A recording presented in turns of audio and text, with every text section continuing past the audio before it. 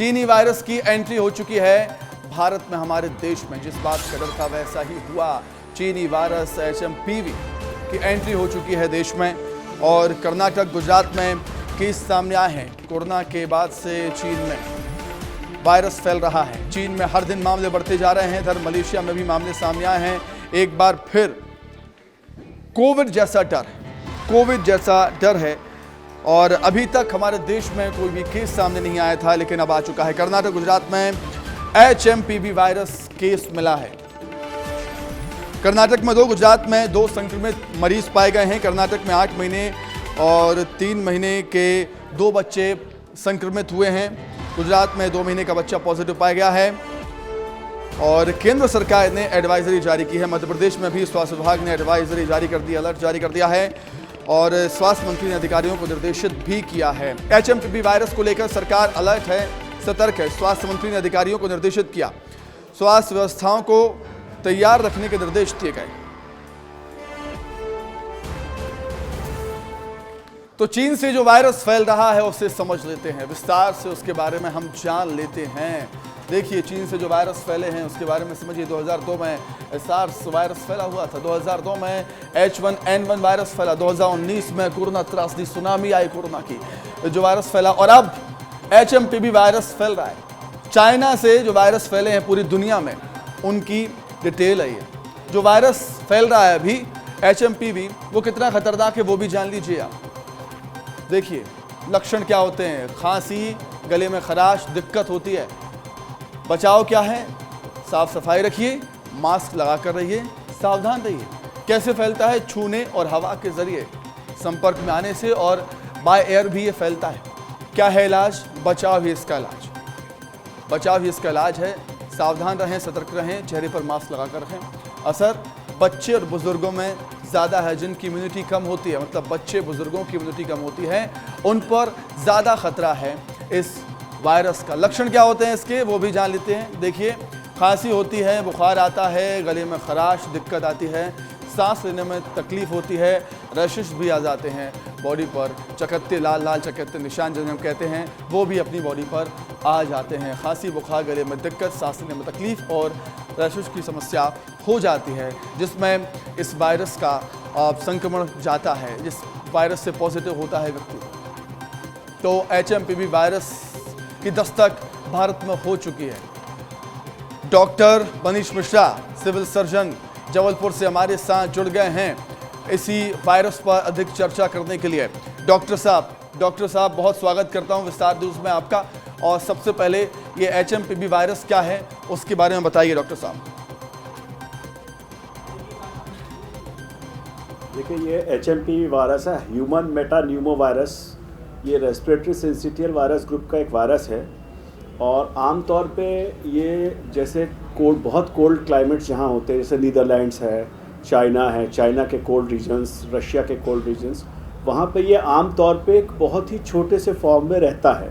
जब बहुत ज़्यादा ठंड होती है तो ये वायरस होता है, लेकिन इस वायरस ने या तो कुछ अपना शेप बदला है या अपना कोई मिजाज बदला है, क्योंकि कुछ ना कुछ इसमें म्यूटेशन ज़रूर हुआ होगा कि ये बेंगलोर जैसी गर्म जगहों पे भी आ रहा है।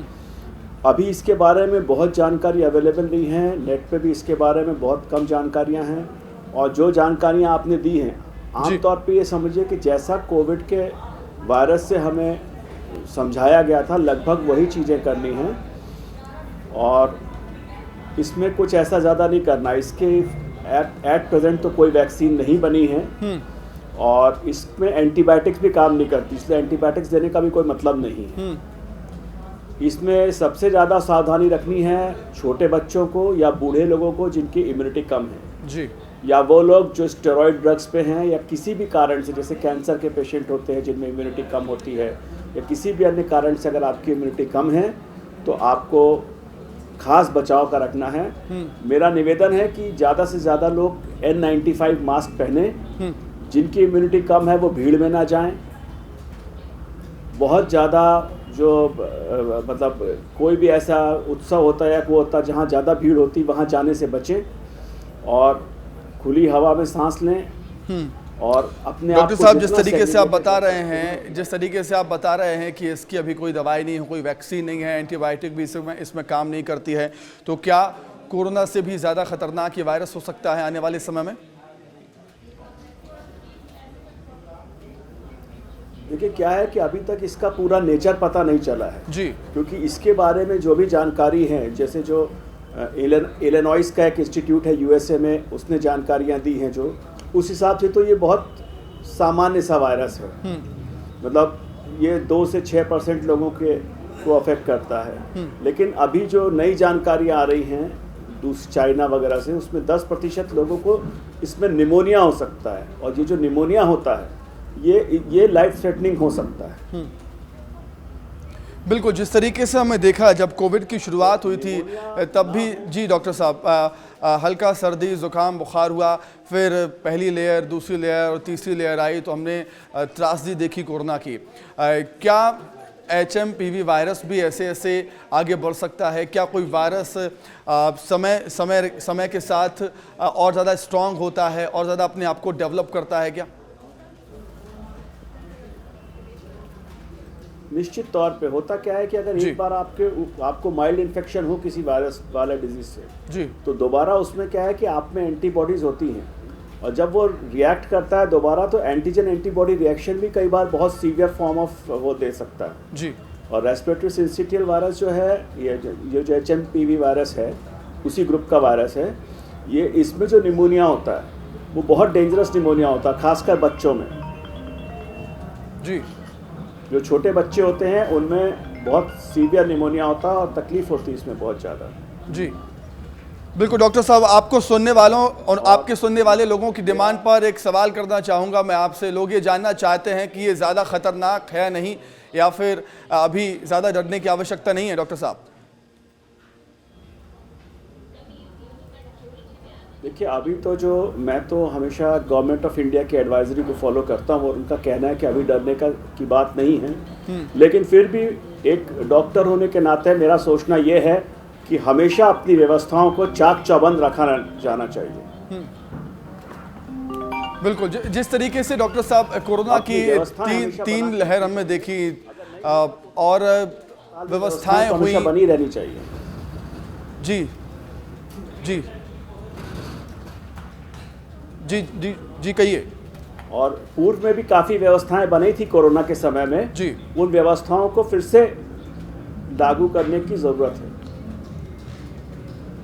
जी डॉक्टर साहब, हमने देखा है कोविड के समय एंटीबॉडीज़ डेवलप हो गई हैं लोगों के शरीर में, बॉडी में, तो क्या अब उतना असरदार साबित नहीं हो सकता? उतनी डरने की आवश्यकता नहीं है इस वायरस से?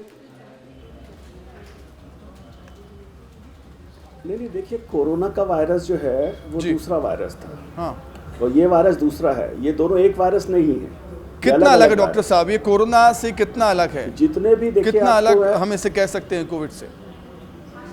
देखिए थोड़ा नहीं, दोनों बिल्कुल अलग ग्रुप के वायरस हैं जी, दोनों बिल्कुल अलग ग्रुप के वायरस। इसमें उसमें कोई मिक्सअप नहीं है। मतलब उसकी इम्यूनिटी से, अगर किसी को कोरोना से इम्यूनिटी है, इसका मतलब ये नहीं कि उसको ह्यूमन HMPV से इम्यूनिटी हो, ऐसा नहीं है जी। ये अलग वायरस है। देखिए, बहुत से जो वायरस होते हैं उसमें 2 फिनोमेना होते हैं, एंटीजेनिक शिफ्ट और एंटीजेनिक ड्रिफ्ट।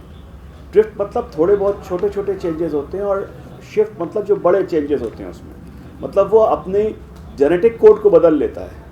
जब वो बदल लेता है तो ये सामान्य फिनोमेना है, इसीलिए हर 10 साल 15 साल में एक निमोनिया की वो आती है। लेकिन ये वायरस में अगर ये नॉर्मल शिफ्ट है तो ज़्यादा चिंता की बात नहीं है। लेकिन अगर इसको लेबोरेटरी से कोई शिफ्ट किया गया हो या ऐसा कुछ हुआ हो तो ये लेबोरेटरी की जांच में ही पता चलेगा। ये गवर्नमेंट ऑफ इंडिया की जो लेबोरेटरीज़ हैं वो बहुत सूक्ष्मता से इसकी जांच करके अपने को बता सकती हैं कि इसमें कोई ऐसी चीज़ तो नहीं है। और मुझे नहीं लगता कि ऐसी कोई चीज़ है, क्योंकि नहीं तो बहुत अभी तक केसेस हो जाते। पर फिर भी जब तक किसी भी चीज़ का वैज्ञानिक परीक्षण ना हो जाए उसके बारे में कुछ भी कहना जो है उचित नहीं होता।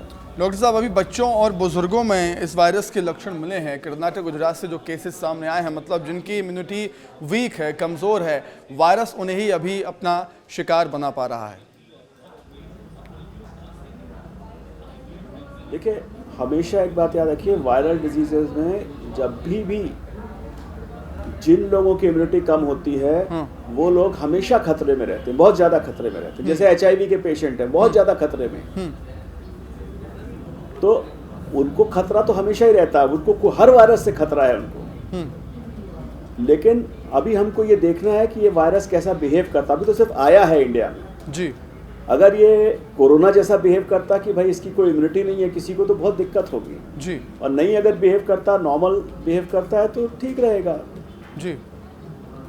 डॉक्टर साहब, सर्दियों के मौसम में, ठंड के मौसम में ऐसे इस वायरस का ज़्यादा खतरा होता है क्या? जी हाँ जी। ये जो वायरस है इसके ऊपर जितनी स्टडी हुई है 2001 से लेके आज तक जी, उन सभी में ये पाया गया है कि ये बहुत कोल्ड क्लाइमेट्स में होता है। तो जैसे कोल्ड हटेगा, मान लो फरवरी मार्च होगा, उसके बाद भी अगर वायरस का प्रकोप रहता है तो हमको ये समझना पड़ेगा कि कोई ना कोई बड़ा चेंज इस वायरस में हुआ। ये वही वायरस नहीं है जिस वायरस की हम बात कर रहे हैं, जो वायरस नोटिफाइड है। जी बिल्कुल। इम्यूनिटी की बात डॉक्टर साहब हम कर रहे हैं यहाँ पर, तो दर्शकों को आप ये भी बता दीजिए कि अपनी इम्यूनिटी को कैसे मजबूत किया जाए, कैसे बढ़ाया जाए। देखिए, मेरा तो सोचना ये है कि हर व्यक्ति के लिए जो मैं कहता हूँ, एक तो हमेशा निद्रा पूरी लें, नींद पूरी लें जी, खाना अच्छा खाएं जी, और एक सामान्य व्यायाम भी अगर कोई व्यक्ति करता है, जैसे 2-3 किलोमीटर भी पैदल चलता है जी, तो भी उसकी इम्यूनिटी बढ़ती है जी। खुश रहने से इम्यूनिटी बढ़ती है। फिर ऐसे फूड्स होते हैं जैसे साइट्रस फ्रूट्स जो होते हैं, जैसे नींबू है, आपका संतरा है, इनसे भी इम्यूनिटी बढ़ती है। तो फ्रेश फ्रूट्स खाएं, वेजिटेबल्स खाएं और साफ सफाई से रहें तो आपकी इम्यूनिटी बढ़ी रहेगी। बिल्कुल, जिस तरीके से हम दर्शकों को बता भी रहे हैं बचाव के तरीके, लक्षण भी, लेकिन एक डॉक्टर अगर कुछ कहता है तो उसकी बातों को ज़्यादा गंभीरता से लिया जाता है। किस तरीके से बचाव किया जाए ऐसे इस वायरस के लिए? देखिए, सबसे अच्छा जो इसका तरीका वो है कि साबुन से हाथ बार बार धोएं।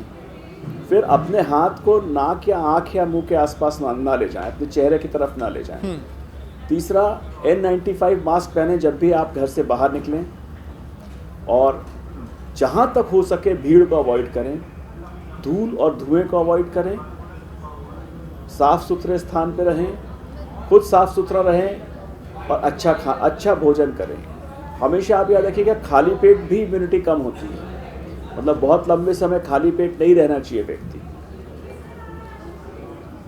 वो भी एक लो इम्यूनिटी का कारण होता है जी। इसके अलावा अगर आप स्टेरॉइड पे हैं या आपको कोई HIV, ट्यूबरक्लोसिस, कैंसर या कोई ऐसी बड़ी बीमारी है जी, तो भी आपकी इम्यूनिटी पे इफेक्ट होता है और आपको विशेष सावधानी है, दूसरों से ज़्यादा सावधानी रखनी।